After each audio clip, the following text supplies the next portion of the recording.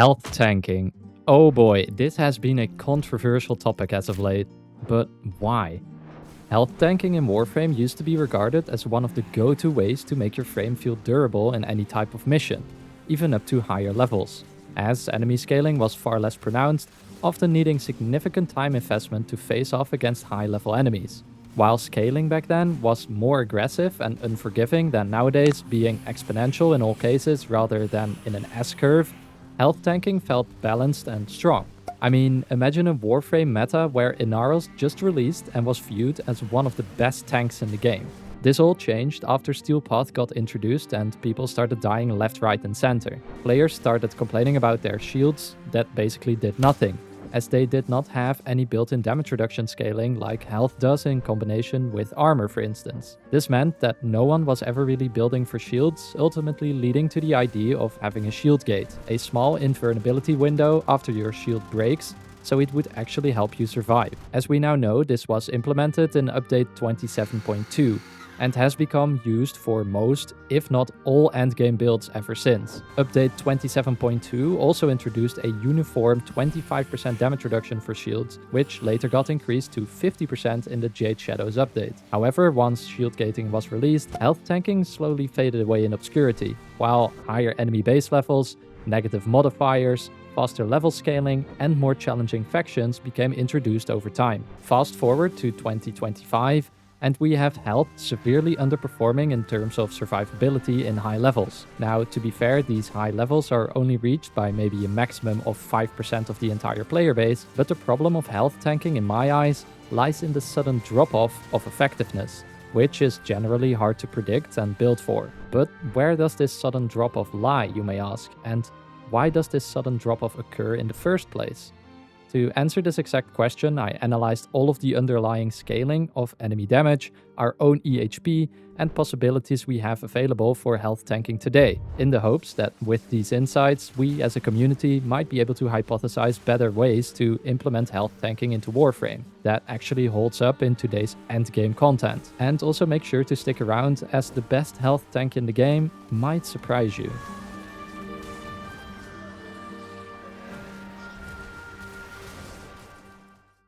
To understand health tanking, we first need to dissect the concept of health in Warframe. Of course, we have enemy health and our own Warframe's health. For enemy health, scaling is based on a smooth step between two linear functions meshed together, which scales quickly at the start and transitions to a more gradual scaling past level 80. I will cover this more in depth in a future video about enemy EHP scaling in combination with sources of scaling damage from weapons and Warframe abilities. Compared to the enemy health, our own health on Warframes does not scale throughout time in a mission, barring some exceptions like Loke surges to increase max health on health or pickups. Generally, when you load into a mission, that's pretty much the health you are stuck with. There are some Warframe abilities that are able to increase your health a little bit, but this will always be a fixed value, not continuously scaling throughout the mission like enemy health will. This is of course completely fine, as we also don't want to run around like total gods towards the end of a mission.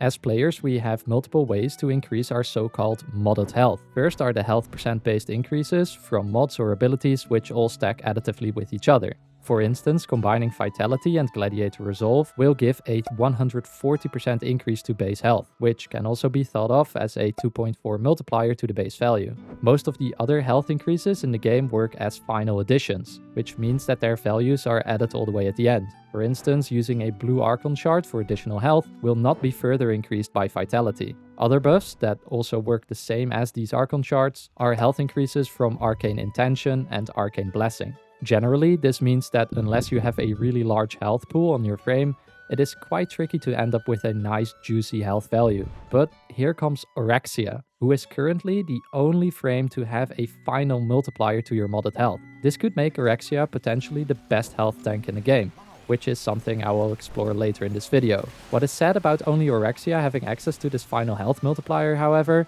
is that it's pretty useless on her, since she's able to easily go invisible by wall latching anyway, completely defeating the purpose of having a large health pool. Another frame with a very large health pool can be Nidus, with his augments Abundant Mutation and Parasitic Vitality. Parasitic Vitality will increase your health based on the number of stacks you have on Nidus, which is also affected by your modded ability strength. When paired with Abundant Mutation, which increases your total stacks to 300 instead of 100, you can easily get a health percent increase going into the thousands. I could expand more on certain ideas I have to draw other health tanks closer to Oraxia in terms of increasing modded health, but I will leave that for later in the video.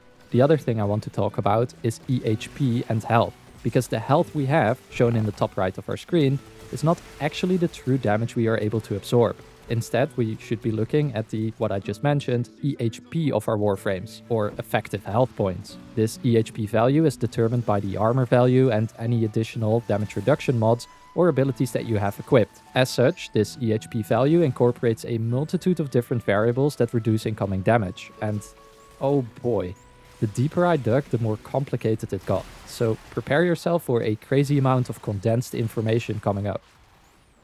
Before I attempt to fully explain this in an understandable manner, if you want to learn the nitty-gritty, make sure to visit the sources in the description as well. Okay, so the insanely complicated thing I was hinting at is damage reduction in Warframe, which is, as per anything in Warframe, not at all straightforward under the hood. This is because damage reduction can come from multiple sources and is split into different kinds of damage reduction.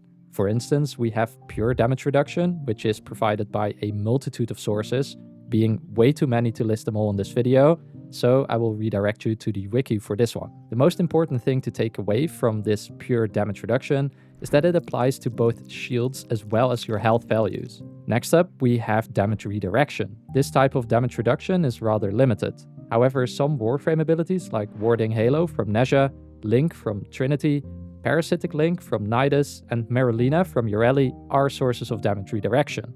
In terms of mods, there's the Deceptive Bond Augment from Loki and Shield of Shadows from Nekros. And finally, the Ancient Healer Spectre is also able to give you damage redirection. An important note about damage redirection is that having an active source of it will also negate any status or stagger effects applied to your Warframe, which means that if your Warframe has a source of damage redirection, you no longer need to have a source of status cleansing or primed sure-footed, for instance. Damage redirection is also significantly more powerful than the standard damage reduction, as it applies to all types of hit points, including overguards, shields, and health. Then we have something which you may not expect and could argue not to be part of the EHP calculation for health, namely energy as health and its inherent damage reduction. This one is a little bit more odd, so let me explain how it works. I included it into this specific EHP calculation as using mods like Quick Thinking will basically make your energy function as an extension of your health pool. And funnily enough, other sources of damage reduction will still apply as well, fully integrating it into the EHP calculation for health. However, whether you want to sacrifice yet another mod slot to use this so-called energy tanking is totally up to you. Finally, we have a source of damage reduction that, opposed to Warframe standard, is communicated to the player rather well, namely armor. Armor will only work on your health points, and its damage reduction is communicated quite clearly in the arsenal by hovering over the value. However, to make armor have any kind of measurable impact, you need to invest quite heavily into it, meaning that in some cases it begins to compete with other sources of damage reduction mods. Furthermore, while it's easy to stack multiple sources of damage reduction or damage redirection, armor is only a single multiplier, with armor mods stacking into it additively. The formula for how much damage reduction your armor is giving is as follows, where you take the net armor value that you get after applying all of your mods as well as other armor increases, and then you divide this final value by itself plus 300. Plotting this formula shows that to reach 90% damage reduction, we need around 2700 armor, which is quite a big ask. This makes armor a lot less beneficial compared to other forms of damage reduction, but if you want to fully health tank, it should definitely not be disregarded. Now, if we take all of this knowledge, we can begin crafting the entire EHP formula. First, we have the modded health value, which is acquired after calculating your total health after any max health mods or Warframe buffs. Then, if you use Quick Thinking, you will increase your EHP based on the total amount of energy you have and the total energy efficiency you have. Do note that this energy efficiency is not the same as something like Streamline, and as of making this video, this type of energy efficiency is only acquired through Quick Thinking and Gladiator Finesse. Finally, all sources of damage reduction will be multiplicative with each other. So instead of writing out every single source of damage reduction, we can write it as a product of all sources. If we simplify the formula to make it easier to read, we can make it look like this, which is how I also will be using it in the upcoming comparisons of frames that are able to health tank. Okay, so next we can plug in some values. Let's say our Warframe has 750 modded health with 300 armor and we have two sources of 90% damage reduction. When we calculate our final EHP, we find that instead of 750 damage, we can actually absorb 150,000 damage. And while this may seem like a lot, this is not actually the case.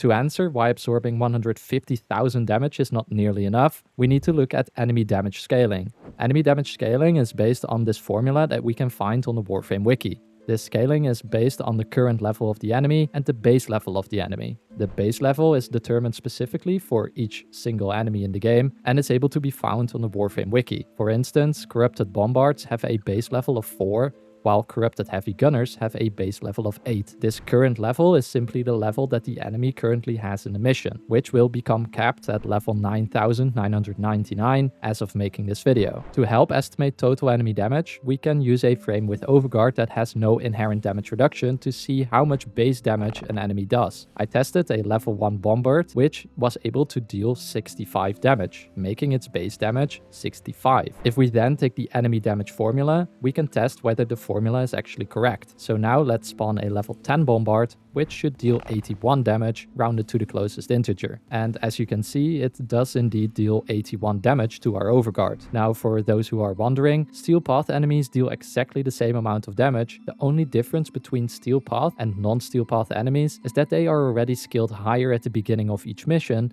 increasing their damage. Since we have checked this formula to work, we can use it to extrapolate how much damage a bombard that is level 1000, 2000, 3000, 4000 and so on would actually deal. By plotting a curve and using our EHP calculation from before, we can also find an intersection where health tanking drops off, as you will now become a one-shot kill. We find that this is the case when a corrupted bombard reaches level 2224. Now, of course, the bombard is known as an enemy with a very high damage output, so we can also use something like the corrupted heavy gunner, which deals a lot less damage, but this is compensated with a much higher fire rate. Testing the heavy gunner again agreed with the suggested formula for its damage on the wiki, so we can use it to plot the damage output per level and see where we become one-shot, which is all the way at level 8588. This means that heavy gunners won't be able to one-shot you until way later. However, a heavy gunner fires way more than just once. To find out the fire rate of a heavy gunner, I recorded one barraging me with its gunfire, and I found that the heavy gunner would shoot 13 times per second, making its DPS output a severe threat. Furthermore, while many enemies won't be able to one-shot you at level cap, you rarely face off against a single enemy at a time, and it's more realistic that you are fighting hordes of at least 10 enemies or more. Luckily, we have some options to negate high DPS coming in by using health regeneration options. Most of the health regeneration we have in the game is based on flat numbers. However, there are some abilities that either scale with your maximum health value or work by transforming output damage to incoming healing, which is also called lifesteal. Some of these sources are Arcane Grace and Light's Judgment, giving you healing based on a percentage of your maximum health. Then we also have Blood Altar, which is able to heal you based on the difference between your maximum health and currently missing health. And we also have Gloom, Penance and Well of Life that's able to give you the lifesteal that I just mentioned. And for mods, we have several options for lifesteal as well, like Lifestrike, Amalgam Target Acquired and Winds of Purity. But we also have some weapons with lifesteal like the Hirudo, the Hema and the Sancti Magistar. By using these scaling sources of lifesteal, we can make sure that we are able to tank through the incoming DPS from targets like heavy gunners. But even this will, in most cases, not be enough to stay alive on the really high levels, and sometimes even at lower levels, like in the current EDA and ETA type missions.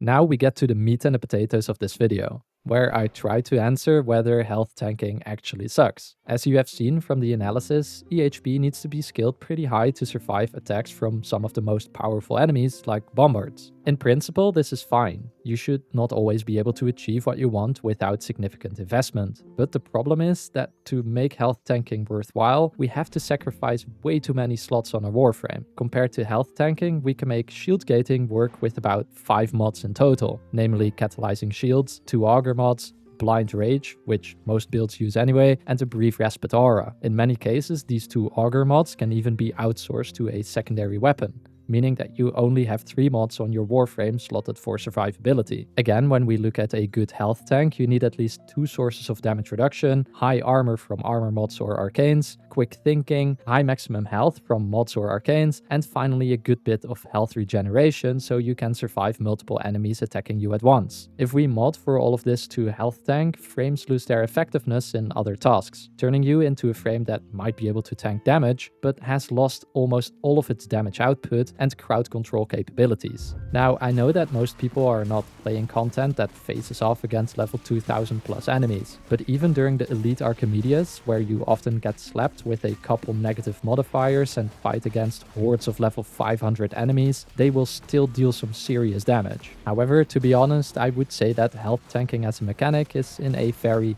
healthy spot balance-wise, even though you could argue that it might be a little too powerful in the early game. Because this discrepancy in how powerful health tanking is in the early game, it often makes players think that they can easily breeze through all of the Steel Path content once they unlock it. However, this is not always the case for health tanking, as it needs heavier investment the harder the content gets. So now you may be thinking to yourself, is there any way to fix this discrepancy in survivability between shield gating builds and health tanking builds? I asked myself the exact same thing, and I took some time to think about potential ways that health tanking could get some buffs. But I would also love to hear any ideas that you might have, so feel free to leave them in the comments down below. As for what my little nugget came up with, I was thinking to change the way armor works. And why armor, you may ask? Well, mainly because it's the only form of damage reduction that only affects the EHP of your health. This means that by changing the way armor works, we can change how health tanking feels directly. Currently, as I've shown earlier in the video, armor is plotted as an asymptotic function which has quite a large fall off towards the higher armor values. What I propose instead is a gated armor reduction system where you achieve several stacking damage reduction multipliers the more armor you have.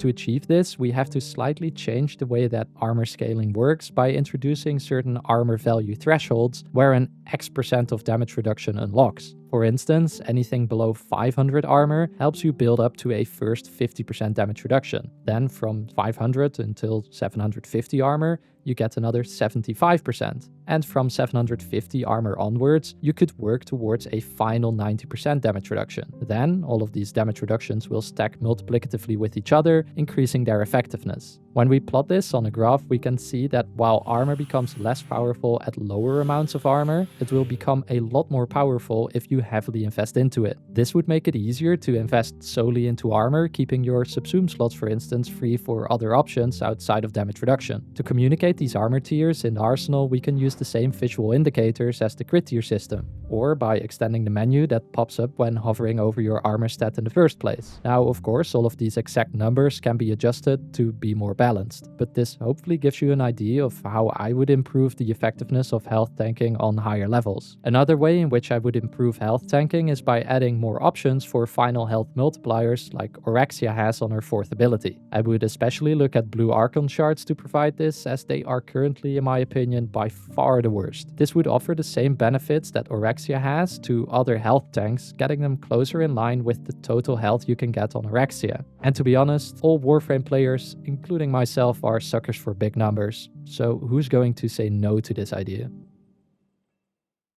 For the final part of the video, I want to use the understanding that I, and hopefully you now too, have gained to answer who is the best health tank as of making this video. To do this, I will show builds for the most commonly used health tanks and put their stats into the calculations I've shown earlier.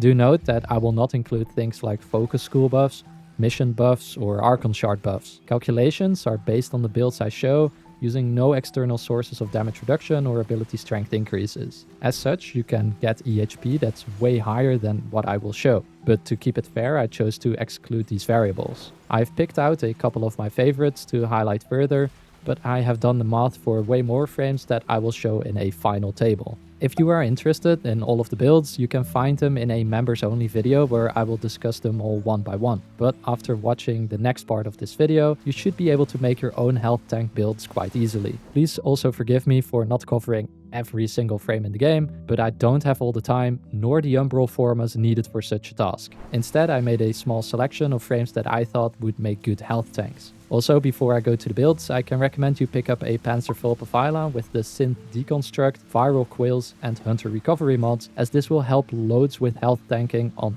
any frame in the game. Also keep in mind that if you are fitting quick thinking into your health tanking build, that you could consider using Arcane Battery over Arcane Blessing. This is because, for instance, from 500 energy onwards, meaning 1667 total armor, the buff from Arcane Battery to your EHP will become higher than the increase that Arcane Blessing would provide. Anyhow, with that out of the way, let's analyze some health tanks. First off is Oberon, and Oberon is a frame that is in dire need of a rework, which we are luckily getting in the near future. Currently, Oberon is known for his high health regeneration, making him a good health tank on lower levels, as he is great against enemies with high DPS. I chose to go with this build where I use quick thinking and Hunter Adrenaline to make the most out of his renewal ability that provides health regeneration. The EHP of this build is just shy of 1 million, which is nothing to scoff at. A Corrupted Bombard will one-shot Oberon at around level 7522, and a Heavy Gunner will do the same at around level 29,054. Then we have our favorite mummy, Inaros. For Inaros I was using this build, which resulted in a total of 2 million EHP. This build uses all we can get in terms of additional health, armor, quick thinking and health regeneration. All of this EHP corresponds with Corrupted Bombards one-shotting you around level 12,073 and Corrupted Heavy Gunners around level 46,636. In a more realistic scenario, this means that a Heavy Gunner will need 11 shots to kill you at level cap, but a Bombard would still only need 2. Then for the next frame, we are performing some Necromancy. Nekros is actually quite a decent health tank with his Shield of Shadows augment that can give up to 90% damage redirection. Combining this with Eclipse and all of the other health tank staples nets you with about 4.8 million EHP, which means that Bombards will one-shot you at level 20,762 and will need 4 shots to kill you at level cap. For the Heavy Gunners, they will one-shot you at level 80,206, needing 26 shots to kill you at level cap. Now it's time to channel our rage. Valkyr is a rather controversial frame that has been discussed by the community a lot since her rework. Some say that she lost what makes her powerful, but in my opinion it's quite hard to argue that having 1000 base armor on Valkyr Prime is not strong. With an Umbral build you can easily hit up to 5000 or more armor once you are fully buffed and within your Hysteria ability. This would translate to a frankly absurd 94% damage reduction from your armor value. Because of this high armor value, I can recommend running Arcane Battery, which will give you 1000 extra energy that you can use for energy tanking. Combining this with the health tanking staples and the rest of her kit transforms Valkyr into an unkillable Rage of Fury with 5.4 million EHP, which means that a Bombard needs to be level 22,620 before it one-shots you, and a Heavy Gunner needs to be level 87,385, or at level cap, 4 shots for a Bombard to kill you, and 29 shots for a Heavy Gunner to kill you. Then we have our Armored Dragon, which is Chroma. And Chroma is a very tanky warframe, mostly driven through crazy high armor values like Valkyr after her rework. Chroma is able to stack an insane amount of armor through the use of Cold Elemental Ward and Vex armor, which can also, again, give you 5000 armor plus easily. In terms of EHP, this means that Chroma is quite a tanky boy with just shy of 6 million EHP for this specific build, which means that a level cap Heavy Gunner or a Bombard would need 32 or 4 shots to wear you down respectively. Then it's time for Spider Mommy. Oraxia is our newest health tank in the arsenal, and she's able to multiplicatively scale health values to crazy amounts, like I just mentioned. While you may think that using Heat Elemental Ward would be the best subsume for this build as it gives you more raw HP, doing the EHP calculations suggested that this build with Null Star subsumed over her third ability instead is a lot better, as this one ended up being twice as effective as the Elemental Ward setup, and it resulted in about 7.8 million EHP. This means that a Corrupted Bombard will one-shot you at level 28,507, and a Corrupted Heavy Gunner would do the same at level 110,132. This translates into 42 shots to kill you at level cap for a Heavy Gunner, and 5 shots for a Bombard. Make sure to keep wall latching with your 4, as this will trigger both aerial damage reduction as well as wall latch damage reduction from mods like Aviator and Proton Snap. Then we have our Blazing Warrior Nezha. While Nezha is not a frame that you'd immediately think of for health tanking, he can be really good. This is mainly due to his third ability, Warding Halo, giving you 90% damage redirection. This, in combination with easy access to health orbs from his second ability Blazing Chakram, makes it easy to trigger things like health conversion and arcane blessing. Topping this with damage reduction from Eclipse results in 8.6 million EHP, which means that neither bombards nor heavy gunners will one-shot you at level cap. With this build for him, you can just face tank almost any damage that comes your way and stroll around in a mission like you don't have a care in the world. Then we have Trinity.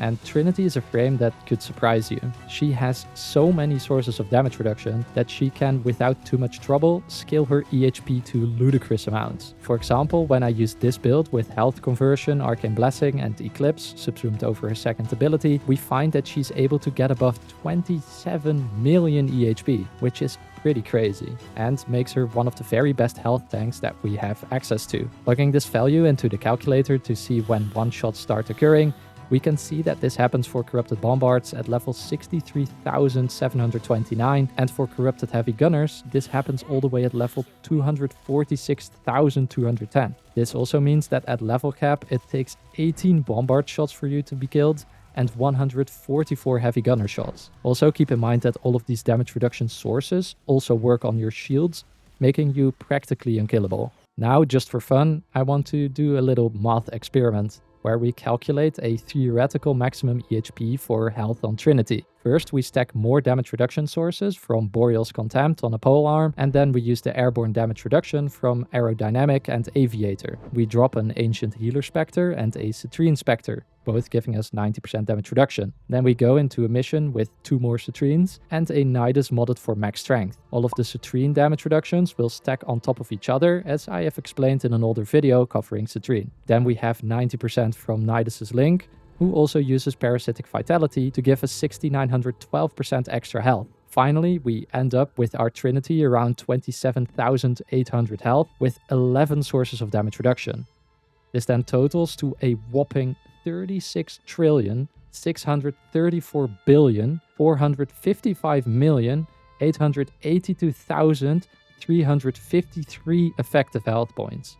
And this does not even account for a Fissure buff or invigorations. If you were to include these, it could go even higher, possibly up to 100 trillion. But still, at 33 trillion EHP, a corrupted bombard needs to be level 572,783,382 to one-shot you. Or alternatively, this means that you can tank 192,892,176 shots from a corrupted heavy gunner at level cap before you die. As we found out earlier in the video, a heavy gunner fires 13 times a second. So this would boil down to you being able to just stand there for 171 days, 17 hours, 37 minutes, and 39 seconds. Of course, all of these stacking buffs can be applied on all health tanking frames to make them even more powerful. And maybe it's a fun math challenge for you at home to figure out other extreme scenarios. Next up, we have our favorite monk, Baruuk. Baruuk may be the closest you can get to a fully plated M1 Abrams in Warframe. Baruuk has 3 different sources of damage reduction in his base kit, and with Eclipse on top of this, you can turn yourself into an unstoppable monster. DE tried to balance this by giving him relatively low base health, however this failed miserably, as we can now just run melee retaliation on his Desert Storm Exalted weapon, giving 210 armor per melee kill, which can sometimes even be maintained at 20 stacks, with just a little bit of effort. This will give you a whopping 4200 armor. Keep in mind that this Baruuk build is not the best Baruuk build in the game, as it's just made for optimizing the EHP value. Generally, for Baruuk, you'd like to have more range for his first ability, Elude, and build for shield tanking with Arcane Aegis and fast deflection instead. However, plugging in all the stats in the calculator, we find a mind-boggling 108.9 million EHP, which means that you become one-shot well past level cap and can tank 70 level cap bombard shots or 573 heavy gunner bullets. Finally, I want to talk about Nidus.